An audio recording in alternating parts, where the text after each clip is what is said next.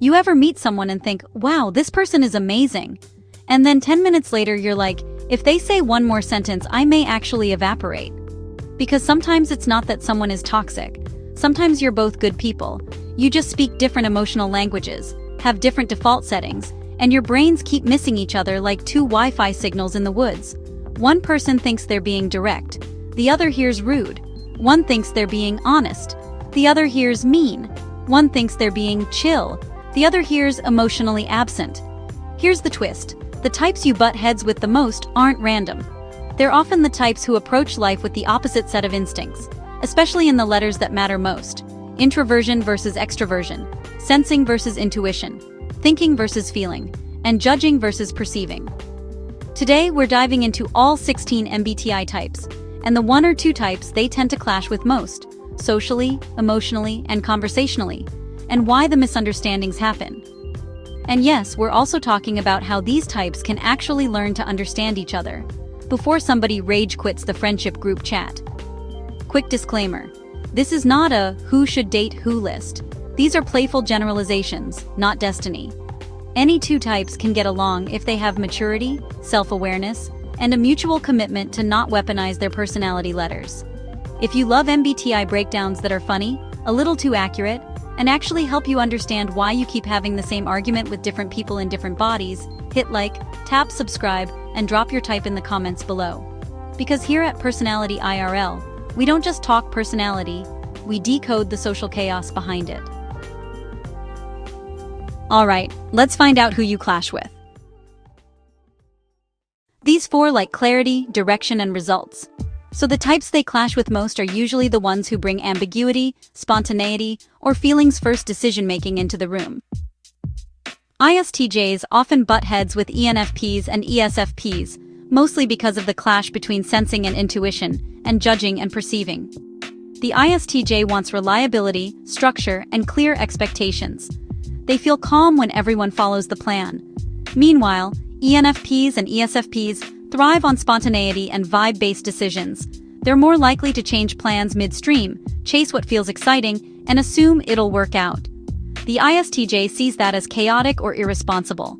The ENFP or ESFP sees the ISTJ as rigid or overly serious. What helps is realizing they're both trying to make life work, just through different instincts. ISTJs can loosen their grip on control and let a little joy in, and the EP types can show basic follow-through so the ISTJ's nervous system doesn't file for bankruptcy. ESTJs often clash with INFPs or ISFPs because of a thinking versus feeling contrast. The ESTJ wants directness, solutions, and forward motion. They don't just like progress, they need it. INFPs and ISFPs tend to prioritize authenticity, personal values, and emotional nuance. They may take criticism personally because it feels like their identity is being judged, not just their behavior. The ESTJ thinks they're being helpful and efficient. The INFP or ISFP hears it as harsh and invalidating. The bridge here is tone and translation. ESTJs can soften delivery and ask questions instead of issuing commands, and FP types can remember that bluntness is not always cruelty. It's sometimes just a different love language, problem solving. INTJs often butt heads with ESFJs or ESFPs because of the intuition versus sensing difference, and sometimes thinking versus feeling as well. The INTJ lives in concepts, future plans, and long-term strategy. They care about systems and ideas. ESFJs and ESFPs tend to live in the present, relationships, shared experiences, and the immediate social atmosphere. They value warmth, responsiveness, and practical real-life engagement. The INTJ can see them as overly emotional or distracted by small stuff. The ESFJ or ESFP can see the INTJ as cold, distant, or weirdly uninterested in what's happening right now. They actually have a lot to teach each other. The INTJ can learn to show warmth more intentionally, and the ESFJ or ESFP can learn not to interpret quietness as rejection. Sometimes the INTJ is not judging you, they're just thinking aggressively. ENTJs often clash with INFPs or ISFPs for a similar reason as ESTJs, but with even more intensity. ENTJs value competence, decisiveness, and efficiency. They want direct answers and action. INFPs and ISFPs value individuality, emotional sincerity, and inner alignment. They may resist being pushed or managed, especially if it feels like their values are being overridden. The ENTJ thinks they're motivating you. The FP thinks they're being bulldozed. To make it work, ENTJs need to respect emotional autonomy and not treat everyone like a project. And FP types need to communicate boundaries clearly rather than quietly withdrawing and hoping the ENTJ gets the hint. ENTJs do not get hints, they get bullet points.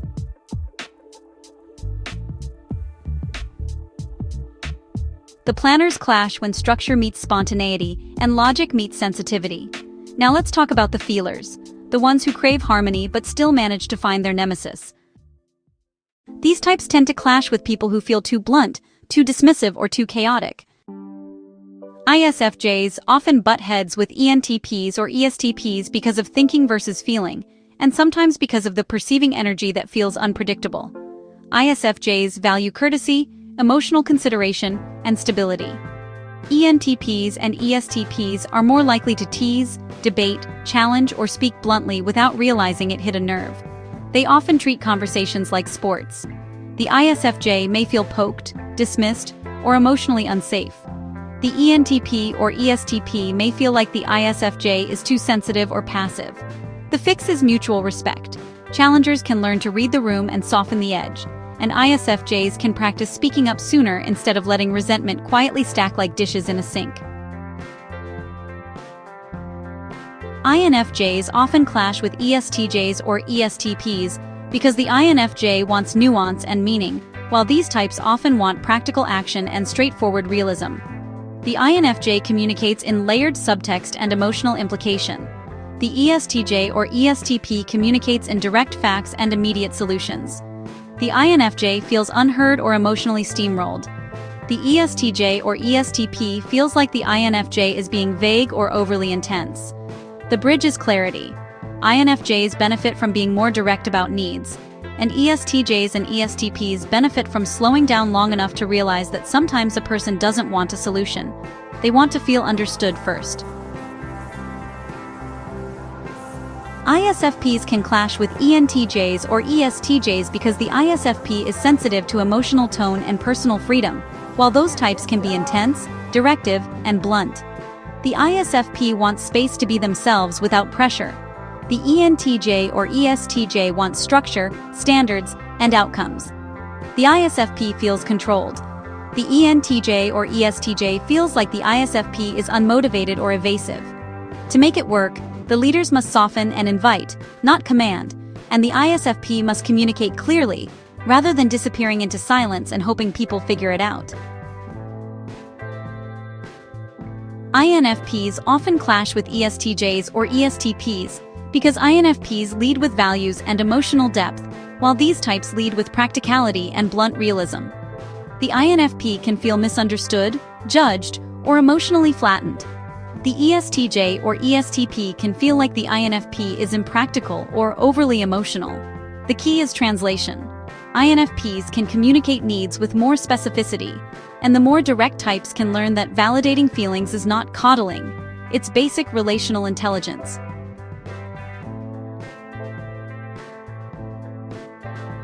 The feelers clash when emotional nuance meets blunt practicality. Now let's talk about the chaos crew, the types who argue for fun and then act shocked when someone cries.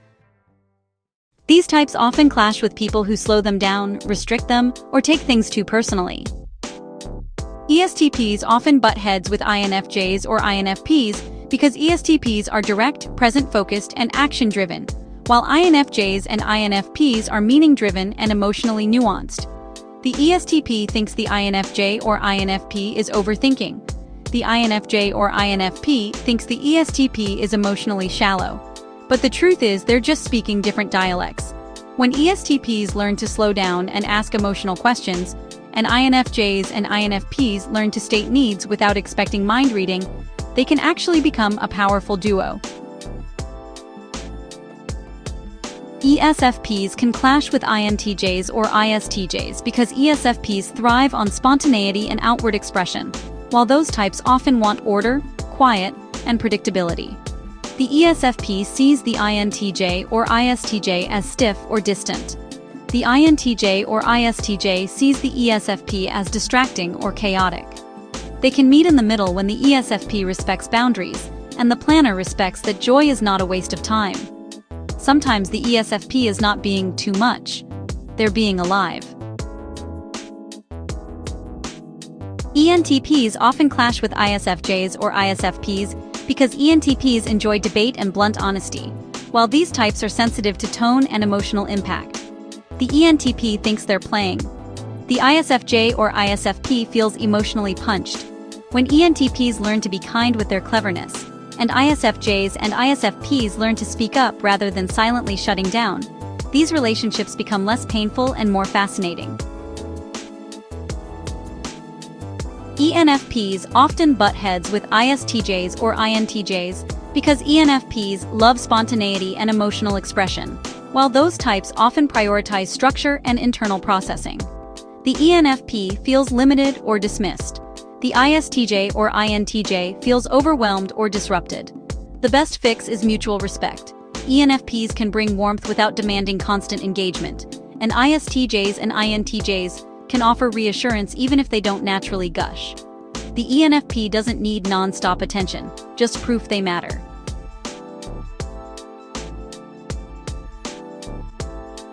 The action seekers clash when intensity meets sensitivity, or freedom meets structure.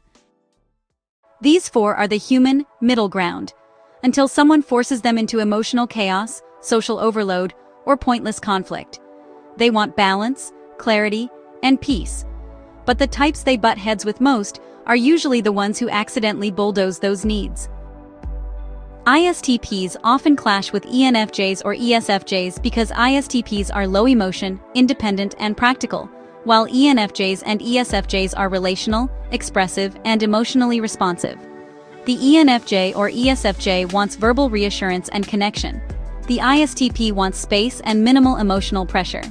The ENFJ or ESFJ feels ignored. The ISTP feels smothered. The bridge is consent-based connection. The relational types can ask instead of demand, and ISTPs can offer small, consistent signals of care that don't feel like emotional overexertion.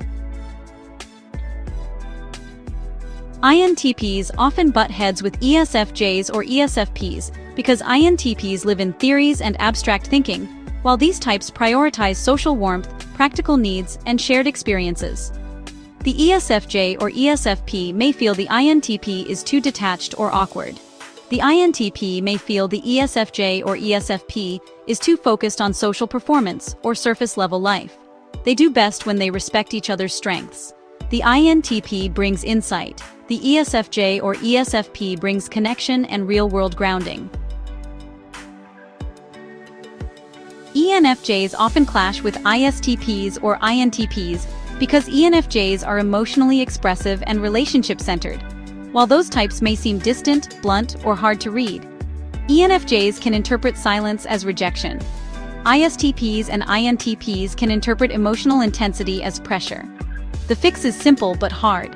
ENFJs can give space without assuming the worst, and ISTPs and INTPs can communicate more intentionally so the ENFJ doesn't have to guess. ESFJs often butt heads with INTPs or INTJs because ESFJs value social harmony and tradition, while these types can be blunt, private, or uninterested in group norms. The ESFJ may feel the INTP or INTJ is cold or uncooperative. The INTP or INTJ may feel the ESFJ is intrusive or overly concerned with appearances. The best path is mutual respect. ESFJs can give independence without taking it personally, and INTPs and INTJs can practice small acts of warmth that make the ESFJ feel safe.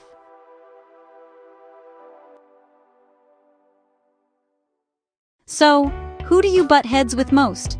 Sometimes it's not hatred, it's contrast. It's different settings, different needs, and different default communication styles. And the wild thing is, the types that frustrate you most are often the ones who can teach you the most, if you stop trying to win the relationship and start trying to translate each other. Now it's your turn. Drop your MBTI type in the comments and tell us, which type do you clash with the most, and what do they do that drives you crazy? And if this video made you laugh, feel called out, or suddenly understand why one person always feels like your social nemesis, hit like, subscribe, and turn on notifications. We post weekly MBTI deep dives that combine humor, insight, and real-life psychology, so you can understand yourself and finally stop having the same argument with different people in different bodies. Because here at Personality IRL, we don't just explore personality types, we decode the social chaos behind them. Now go tag your favorite opposing type. Or don't. We're trying to reduce conflict, not start a comment war.